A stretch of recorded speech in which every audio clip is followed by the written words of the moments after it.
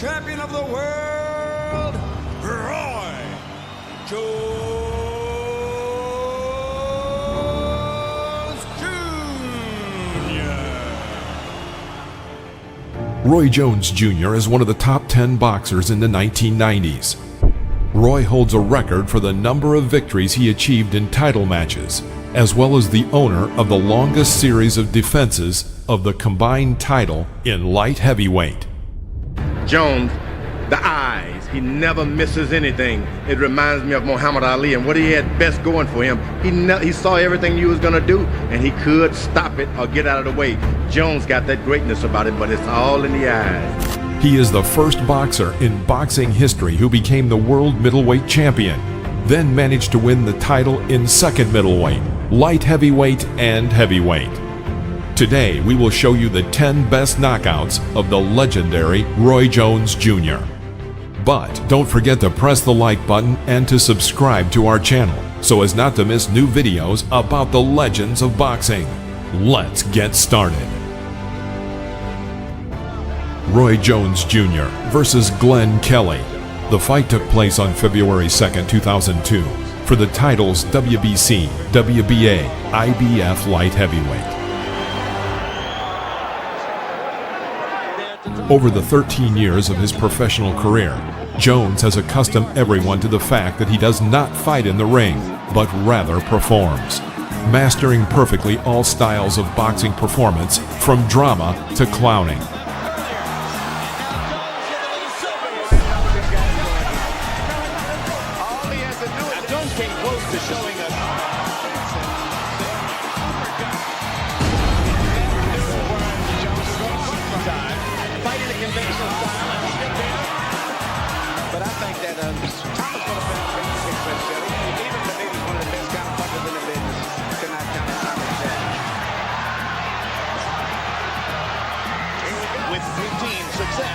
Against Glenn Kelly of Australia. And still, Roy continued to amaze. The Australian Glenn Kelly probably still believes that Jones has at least 4 hands, because Roy Jones defeated him by knockout in the 7th round.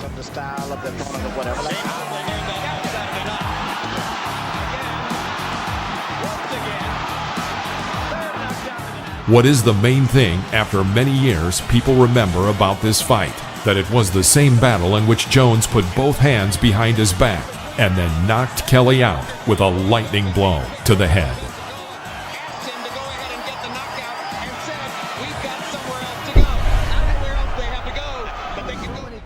Roy Jones Jr. versus Richard Hall. May 2000, the Conesco Fieldhouse, Indianapolis, Indiana, USA. It was one of Jones's most mocking fights.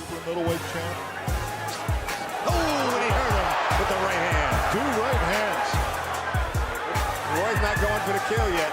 Yeah, he was rocked from that. There he comes in. Oh, right hand by Roy Jones. Another right hand. The crowd going wild. He's down.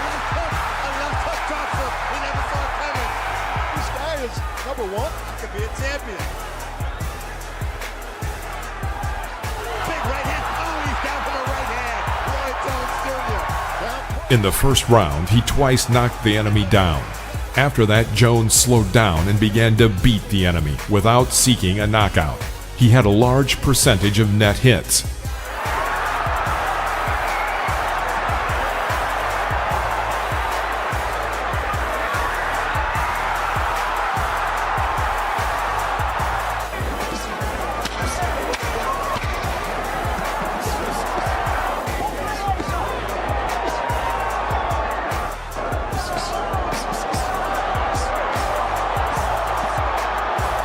In the 11th round, the mockery reached its climax. He carried out several successful attacks, including somersaults. HBO commentators began to resent the actions of the referee, who did not stop the fight. After Jones drove Hall into the corner and began to score, the referee finally stopped the fight. After the fight, commentator Larry Merchant said that Hall was savagely, brutally beaten. That's enough, Wayne, and that's it. Stops it.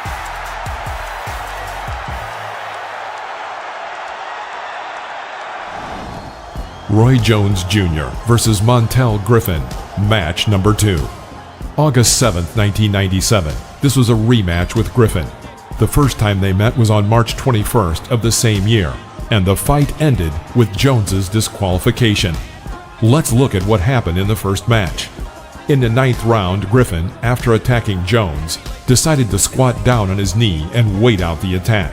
Roy, apparently believing that Montel was faking a knockdown, inflicted a couple more blows on his opponent, who was resting on his knee. Roy was disqualified. Believes that he thrives and will continue to thrive on being underestimated. Let me tell you, that first level hurt Griffin. And so does the second one. And Mercanti calls it a knockdown. Very much The situation before the revenge match was already heated and hyped to the limit by the media. Jones came out angry and decisive. Benefiting by it. Whoa, with a left hook. He knocked out his opponent at around 2 minutes 31 seconds of the first round. Later on, Jones often stated that he had been cheated of victory in the first fight. And that's that. Jones gets his vindication via a first-round knockout. And it was a left uppercut. Unbelievably quick left-hand shots. A barrage of them in round 1 by Jones. On June 24, 1995, at the Atlantic City Convention Center in New Jersey, IBF super middleweight champion Roy Jones Jr. from Pensacola, Florida, defended his title against IBC super middleweight champion Vinny Pazienza of Cranston, Rhode Island. Jones was unbeaten at 28-0. Pazienza was 40-5. The fight was scheduled for 12 rounds.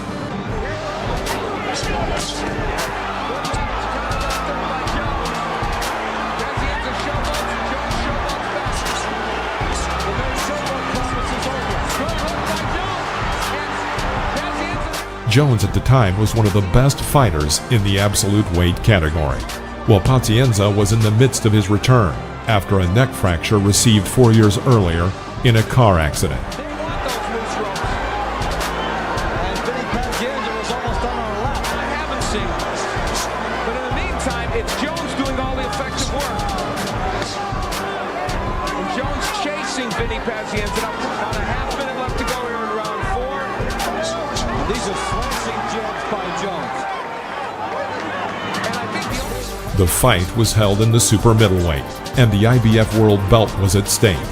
Of course, it was extremely difficult for Pazienza to defend against this brilliant boxer who was in the best condition. Despite using all of his natural dexterity, sharpness, and resourcefulness for the time being, Vinny was able to hold off Jones until the 6th round. There you go. Just keep doing what you're doing, baby. Looking good.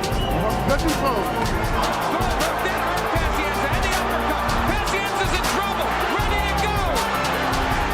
After which, Jones managed to get Pazienza using his technical skills. After this early defeat, Vinny took a break of more than a year.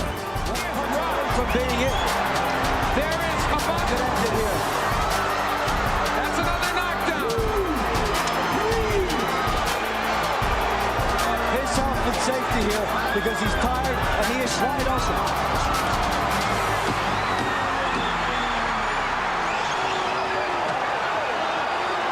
It is over. Roy Jones Jr. In April 1998, Roy Jones met with Virgil Hill at the Coast Coliseum, Biloxi, Mississippi, USA. And he lands a right hand over the top. Another right hand. You can't do damage to me.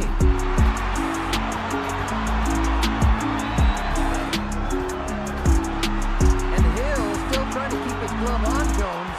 And Jones lands a left. Now there's a combination. Jabbing right hand. Hill lands a right hand at Virgil Hill's head. And it's hurting Virgil Hill, no question. So far, it's Jones's power over Hill's jab. Whoa! Right to the body, down. Unheard of. In the middle of the 4th round, Jones connected a right hook to the opponent's core. Hill, cowering in pain, fell onto the canvas. He rose, but at the count of 10, he was still unrecovered. The referee recorded a knockout. The fight received the status of Knockout of the Year, according to the Ring magazine. Been knocked out. Roy Jones did it with a right hand to the body.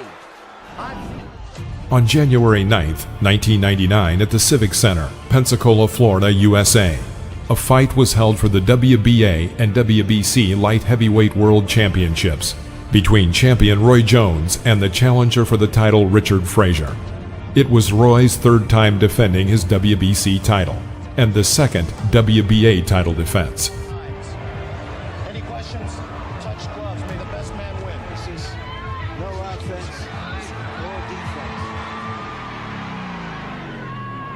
There's nothing to punch him on. Down goes Frazier. And leads with the left out of the southpaw. Stay from punches, even in the 16th foot weight, because again, he doesn't give you anything to punch off. Left hook stunt, Frazier. The result was a victory for Jones by TKO in the second round.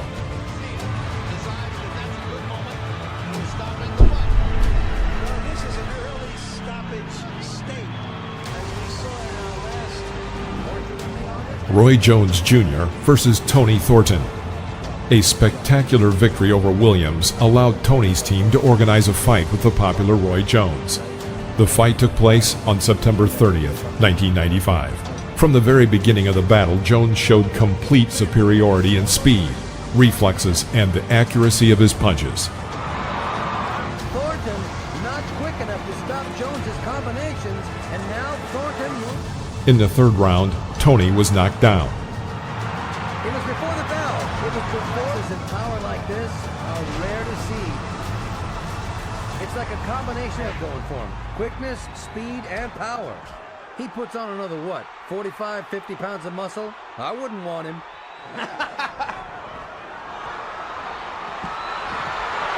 Thornton in trouble. Can't punch back.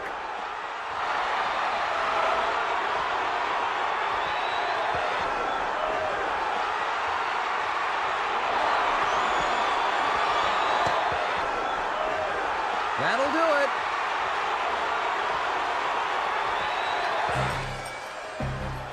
The referee did him a big favor.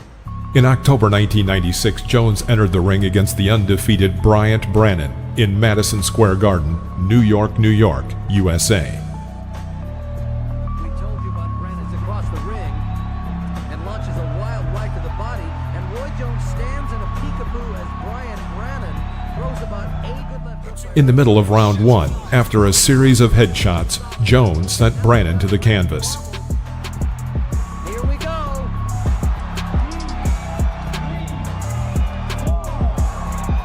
Brannan was led to the side, and at the count of 6, he was able to get up. Jones, mocking the enemy, continued to beat him. Trouble for the moment, staying on his feet. Referee watching closely. Jones blinding Brannan with his overwhelming hand speed.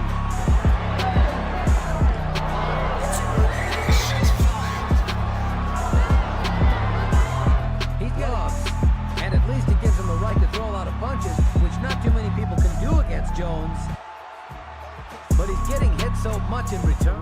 In the middle of the second round, Jones struck his opponent with his left hook to the left side of his jaw and sent Bryant to a knockdown for the second time.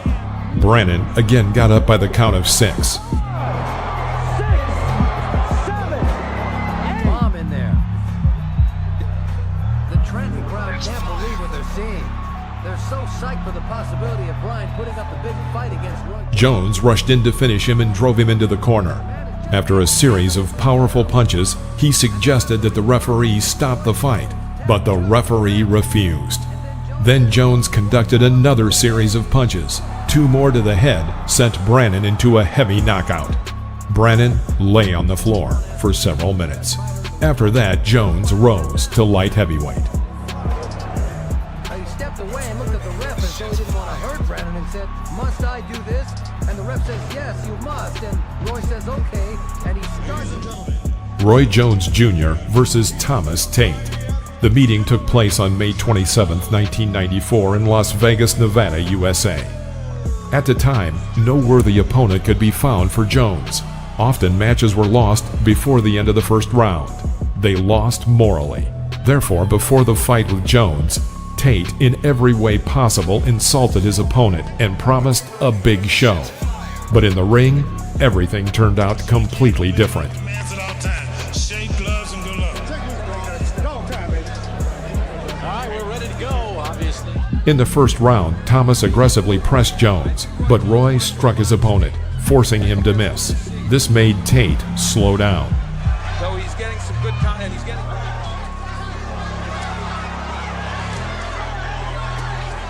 The hand speed of Jones is the big difference here. And would figure to be. Different story. Yeah, you got to produce in the ring, and the hand speed of Jones giving Tate lots of problems. Even when Jones is against the ropes in the corner, which is not a place Roy Jones normally wants to be.